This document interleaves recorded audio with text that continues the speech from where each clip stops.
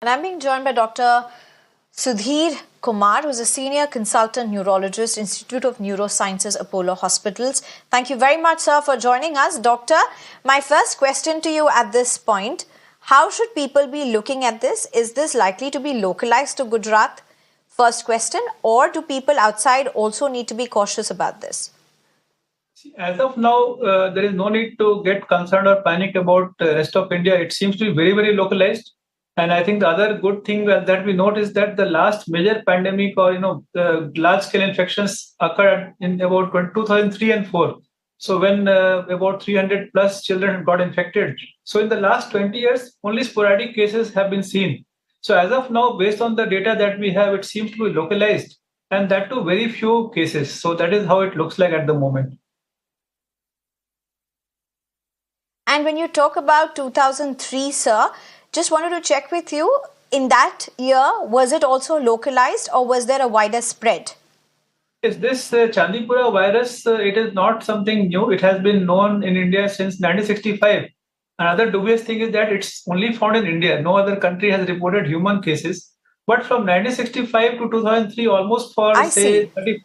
35 to 40 years, very few patients were seen. So it was thought that it's a very, very, virus is very weak and that can't cause any infection.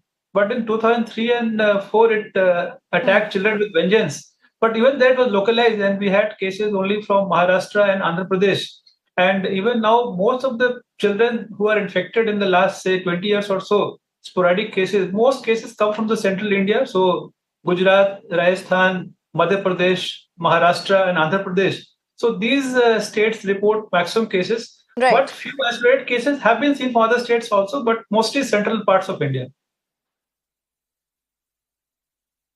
So, doctor, one question. It usually, one of the causes that I was reading seems to be mosquito bites. So, how is this different from dengue?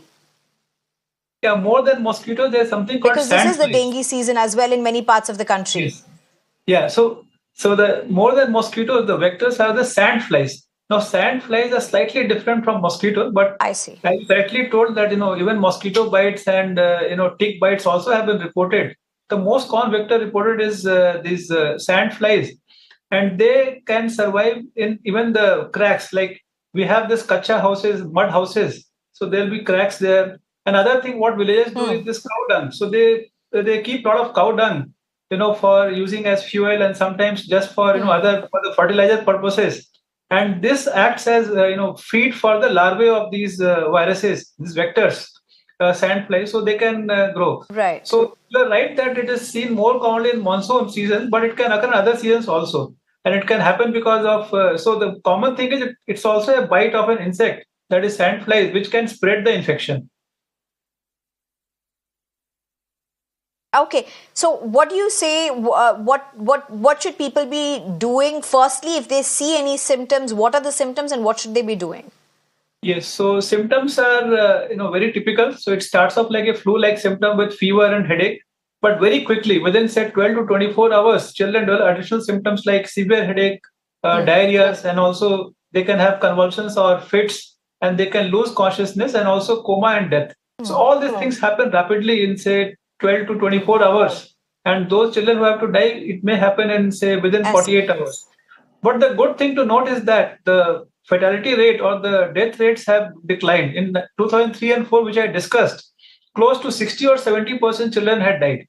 But now, subsequently, the death rate has been lower because of treatment, supportive treatment, even though there is no specific antiviral medication which is No, approved. but Dr. Sudhir, if I can just say, I mean, at least right now in Gujarat, if you look at it, it seems to be almost the same because you have 12 cases that have been reported as of now, out of which 6 cases at least are suspected to, 6 deaths seem to be suspectedly at least linked to this particular virus. So if you're talking about the death rate in proportion to the cases, it seems to be almost the same.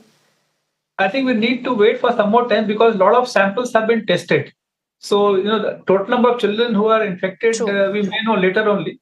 So now, looking at the until previous years, what we have seen is from 60 to 70% death rate, it has fallen down to 20% or even lower. But most important thing is what you asked is what should the parents Okay. do? So as soon as the symptoms start, they should not wait. They should go to the nearest hospital because The supportive treatment like giving IV fluids, controlling the convulsions with medications. So these things could go, and then children who require ventilator. So these kind of supportive treatment can go a long way in saving lives, because the viruses, whatever they have to do, they do in the first 24 to 48 hours. And if they get the best supportive care, we can save life. And those things that have definitely improved in the last 2 decades all across India.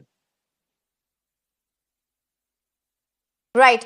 Dr. Sudhir, thank you very much for joining us, for helping us understand this virus better, this illness better. And hopefully, at least those who have been affected will recover soon, and this will not see a major spread. Thank you very much, Dr. Sudhir, for joining us.